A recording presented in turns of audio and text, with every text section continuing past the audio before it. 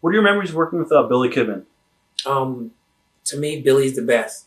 Let me tell you, I started off working him on Saturday nights, and I was scared. Let me tell you, I was a fan, and I always knew I wanted to wrestle. And I remember I watched Billy come up through the company. He started off with what's his name? God, Raven. He came out in the flock. He came out with the jeans, dirty, so on and so forth. And I watched. And then as he broke away from them, you found out, this kid could really wrestle.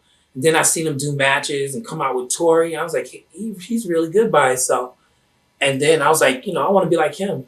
And then I came to the show one day and I looked up on the board. It said, Elix Skipper, Billy Kidman. Got scared because it was a dream. I was like, shit, I'm not even on Nitro or Thunder and I'm already wrestling him. Man, I was nervous.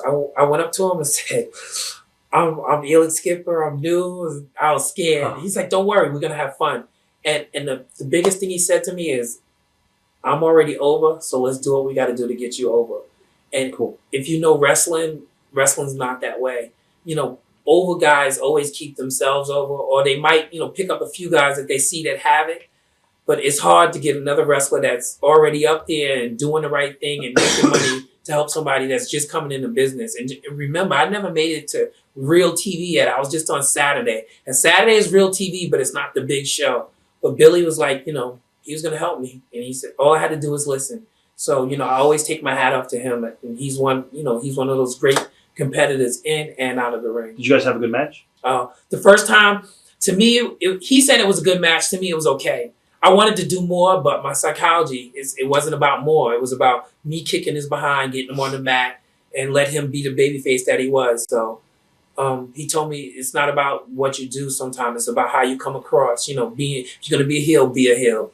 So that's what I learned that first night with him. And I missed one little spot, which nobody ever know. Just me and him know. And he said, if we only know and nobody else know, it's no big deal. He said, that's what we get paid to do. So.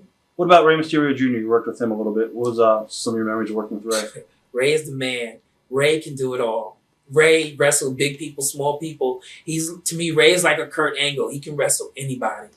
And Ray, it's just, you hope your career is half as good as, Billy, Ray.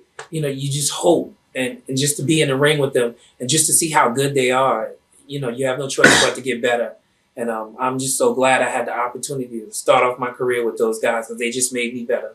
Did the management ever explain to you, I guess, like Russo or whoever was booking at the time, why they just gave you this Cruiserweight belt by Lance and you didn't go over anybody?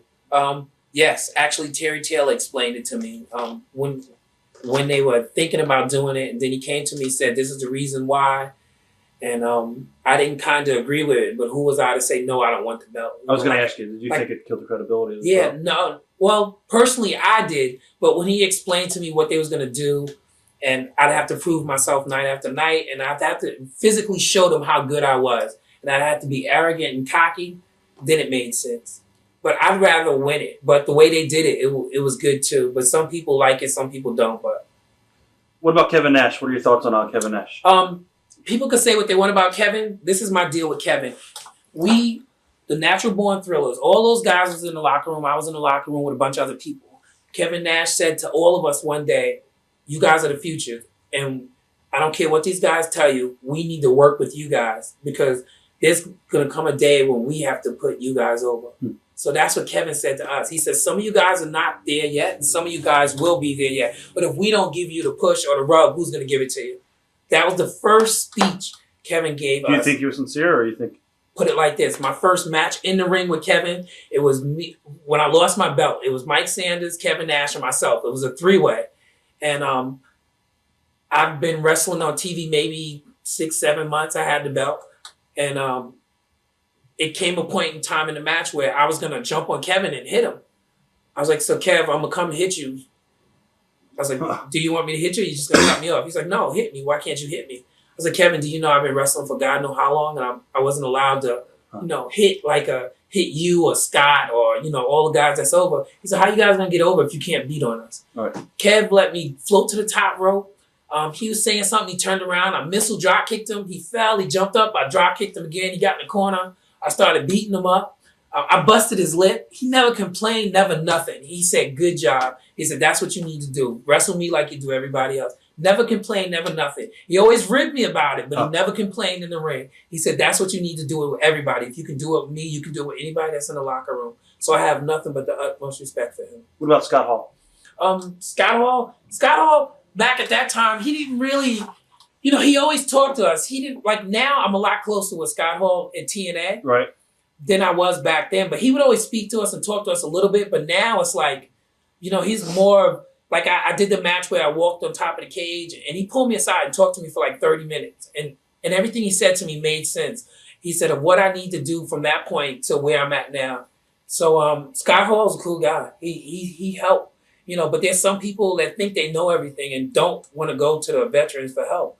And I'm telling you, this is one of those businesses where, you can't think you know everything because just when you think you know it all, it's switched. So you got to be able to go to those guys for help. Watch thousands of exclusive shoot interviews right now on TitleMatchNetwork.com.